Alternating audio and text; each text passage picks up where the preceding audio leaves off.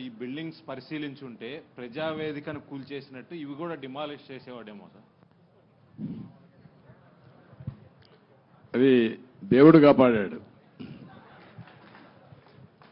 ఒక ఉన్మాది బారి నుంచి ఇంకా ఫర్దర్గా కూల్చేయకుండా దేవుడే కాపాడాడు అమరావతిని. అందుకే నేను చెప్పాను, కొన్ని 16,000 గ్రామాల్లో పూజలు చేసి పవిత్రమైన మట్టిని, పవిత్రమైన జలాలను తీసుకొచ్చారు ఇక్కడికి. పార్లమెంటు సాక్షిగా ప్రధానమంత్రి తీసుకొచ్చాడు. మొత్తం ప్రార్థనాలయాలు దేశంలో విదేశాల్లో నుంచి తీసుకొచ్చాం. పవిత్రమైన వ్యక్తులు పుట్టిన జన్మస్థలం నుంచి కూడా, అంటే స్ఫూర్తిదాయకంగా ఫ్రీడమ్ ఫైటర్స్ అన్ని వాళ్లే కాపాడారు. కాబట్టి మీరు కూడా కష్టపడ్డారు, రైతులు పోరాడారు, దేవుళ్ళు సహకరించారు. సార్ 5 సంవత్సరాల నుంచి ఏదైతే నిర్లక్ష్యానికి వదిలేశారో ఈ దాదాపు 80-90% కంప్లీట్ అయింది. ఎక్కడ కూడా చెక్కు చెదరల యాజ్ ఈజ్గా ఉంది. అంటే మన నిర్మాణం కానీ అంతా కూడా బాగానే ఉంది. అన్నీ పూర్తి చేయడానికి దాని టైం బాండ్ పెట్టుకుంటారా? ఒక 3 years కానీ అలా పెట్టుకుని దానికి మీ సజెషన్ ఏంటి చెప్పండి. మిమ్మల్ని కూడా సజెషన్ సార్, అందరినీ సజెషన్ అడుగుతున్నాం. దాన్ని మీరు ఇచ్చే మంచి సూచనలు తీసుకొని ఆర్డర్ ఆఫ్ ప్రియారిటీ పెట్టి we will prepare action plan. Galla పెట్టి ఖాళీ అయిపోయింది, ట్రెజరీలో ఏం లేదు, డబ్బులు లేదు, అప్పులు విపరీతంగా చేసేశారు. ఇవన్నీ వీలో పెట్టుకొని ఏం చేయాలో స్టెప్ బై స్టెప్ వర్కౌట్ చేస్తాం. Mic media sir, what is going to be fate of Rushikonda Beach Palace? What's going to be? Will it be quoted as a monument of corruption? That's what you want. What is your suggestion? You give me idea. Sir, you are the CM, sir. I am the CM. You are the citizen of. నువ్వు ఒక media responsibility ఉంది నీకు కూడా. నన్ను అడగడమే కాదు, నిన్ను కూడా చెప్పమంటున్నా. ఏం చేస్తే ఇలాంటి వాళ్ళని శాశ్వతంగా సమాజం నుంచి వెలేస్తామో అలాంటివి ఆలోచించాలి. మీరు ఒకటి ఆలోచించండి, ఇక్కడ డబ్బులు లేవు. 500 కోట్ల రూపాయలతో కొండను కొట్టేసి ఋషికొండ అంటే ఏంటి? ఋషులు అక్కడ తపస్సులు చేసిన ప్రాంతం అది. అలాంటి కొండని ఎప్పటి నుంచి కూడా మనం చూసి, ఇప్పుడైతే ఆధునికమైన పనిముట్లు ఇవన్నీ వచ్చాయి, కానీ ఒకప్పుడు విశాఖపట్నానికి వచ్చామంటే ఈ ఓడలు కానీ ఇవన్నీ ఋషికొండను చూసి గుర్తుపట్టి విశాఖపట్నం వచ్చామనే పరిస్థితి ఉండేది. అలాంటి పవిత్రమైన కొండని ఎన్విరాన్మెంట్లకి విఘాతం కలిగించే విధంగా కొట్టేశారంటే మనం గుర్తుపెట్టుకోవాలి. దాని కూడా అన్ని తప్పుడు ఇచ్చారు. అవన్నీ మళ్ళీ నేను మాట్లాడతాం. Sir, what about Prajavedika? You have visited Prajavedika and saw the debris there.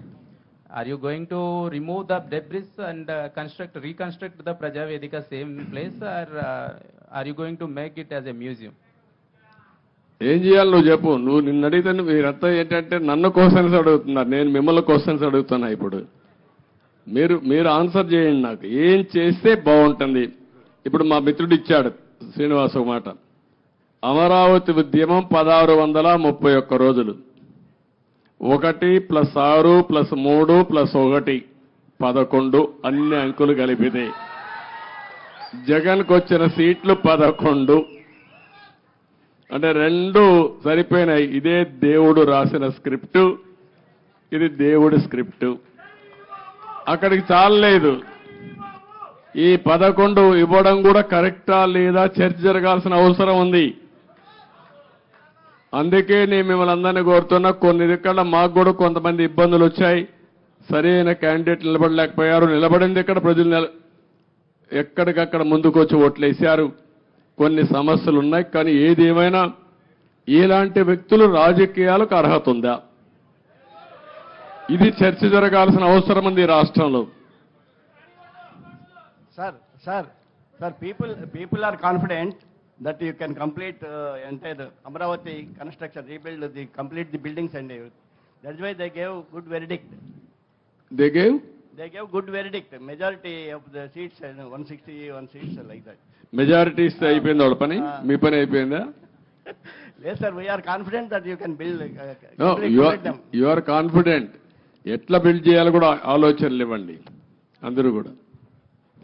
Sir ఇప్పటికీ రాజధాని నిర్మాణానికి అమరావతిని నిర్మించలేదు. ఈ రోజు మీరు మొత్తం విజిట్ చేశారు కదా సార్, అప్రాక్సిమేట్లీ దీని నిర్మాణానికి ఎంత ఖర్చు అవుతుంది, మీరు ఎన్ని రోజుల్లో చేస్తారు? ఇప్పుడు నిన్ను అడగాలి నేను క్వశ్చన్.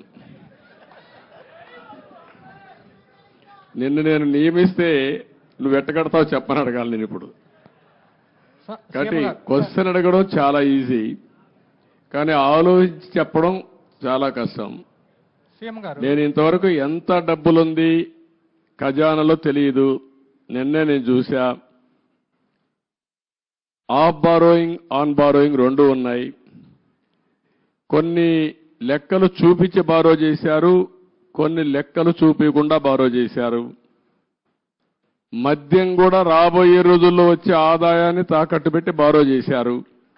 అది కూడా ఎంత బారో చేశారు ఇంకా ఎతకాలి.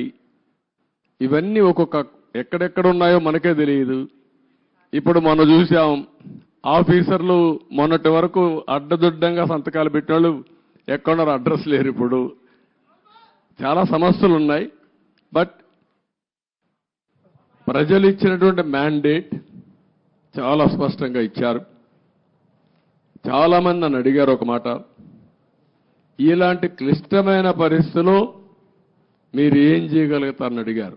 ఎలక్షన్ల ముందు కూడా నేను ఒకటే చెప్పాను, ఏం చేస్తారని మీరు అడుగుతున్నారు. నేను పారిపోవడానికి సిద్ధంగా లేను, ఫేస్ చేస్తా. తప్పకుండా మళ్లీ రాష్ట్రాన్ని పూర్వ వైభవం తేవడం కోసం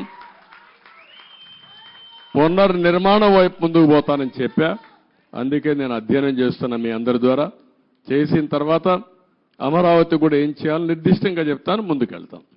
రాజధాని ప్రాంతంలో భూములు ఏమైనా తాకట్టు పెట్టారా సార్? రాజధాని ప్రాంతంలో భూములు కూడా ఏమైనా తాకట్టు పెట్టారా? చూడాలి, రికార్డ్స్ అని చూడాలి. సచివాలయం అయితే సచివాలయాలు పెట్టారు, ఇక్కడ సచివాలయం కూడా పెట్టారనుకుంటాను. చూడాలి, ఆ రికార్డు చూడాలి. సార్ ఓకే సార్, నమస్తే సార్. నా పేరు వేణు, నేను రాజధాని రిపోర్టర్ని సార్. ఒక 12 సంవత్సరాల నుంచి ఇది రాజధాని కాకముందు నుంచి ఇక్కడ ఉన్నాను.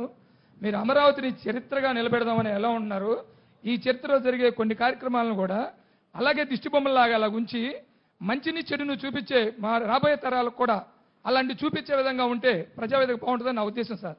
ప్రజావేదికను అట్నే పెట్టాలంటావు? అంతే సార్. ఓకే, నువ్వు ఒక మంచి సజెషన్ ఇచ్చావు. ఎందుకంటే ఇది జపాన్లో కూడా ఏం చేశారంటే, ఏవేవి హీరోషిమా ఒకటి,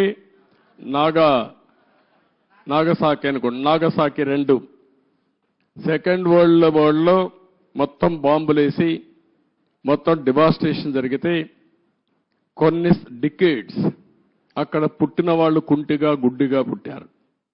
పంటలు కూడా రాలేదు, భూములు కూడా ఇది అయిపోయినాయి. అవన్నీ గుర్తుగా 2 ప్రాంతాలను ఇప్పుడు కూడా అట్లనే పెట్టారు. అంటే దానికి కారణం, దాన్ని ఒక స్ఫూర్తిగా తీసుకొని మళ్ళీ మనం కష్టపడాలని అనునిత్యం ప్రజలకు గుర్తు చేశారు.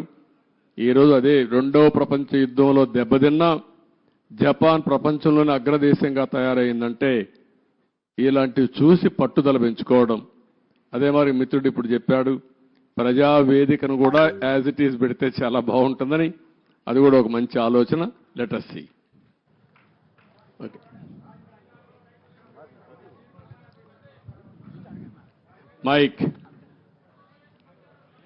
మైక్ ఒకసారి ఆయనకు. హలో. స్వీకారం చేసిన తర్వాత కూడా సీడ్ యాక్సెస్ రోడ్డు మీద అర్ధరేతులు ఇసుక అక్రమ రవాణా జరుగుతుంది సార్. దాని మీద అంటే నేరాలు అలవాటైన వాళ్ళకి ఇంకా కూడా మారలేకపోతున్నారు. ఒకటే చెప్తున్న అధికార యంత్రాంగానికి కూడా, ఏ అధికార యంత్రాంగం ఇప్పుడు రాష్ట్రంలో ఉన్నారో మళ్ళీ ఎక్కడ లాలూచనట్టు వదిలిపెట్టండి, ప్రజాహితం కోసం పనిచేయండి. ఒకవేళ రేపటి నుంచి ఎక్కడైనా కానీ మీరు చెప్పింది కానీ జరిగితే తప్పకుండా అధికారులపైన కూడా యాక్షన్ కట్టిన చర్యలు ఉంటాయి. డెఫినెట్గా తీసుకుంటా, వదిలిపెట్టను. మీరు కూడా ప్రజల్లో చైతన్యం రావాలి, గట్టిగా నిలదీయండి. ముందు మారిగా బాధితులపైన దాడి చేస్తే ఎట్టి పరిస్థితులు నేను వదిలిపెట్టను. ప్రజాహితం కోసం ఎవరు ముందుకొచ్చి పనిచేసినా వారికి పూర్తిగా అండగా ఉంటాం.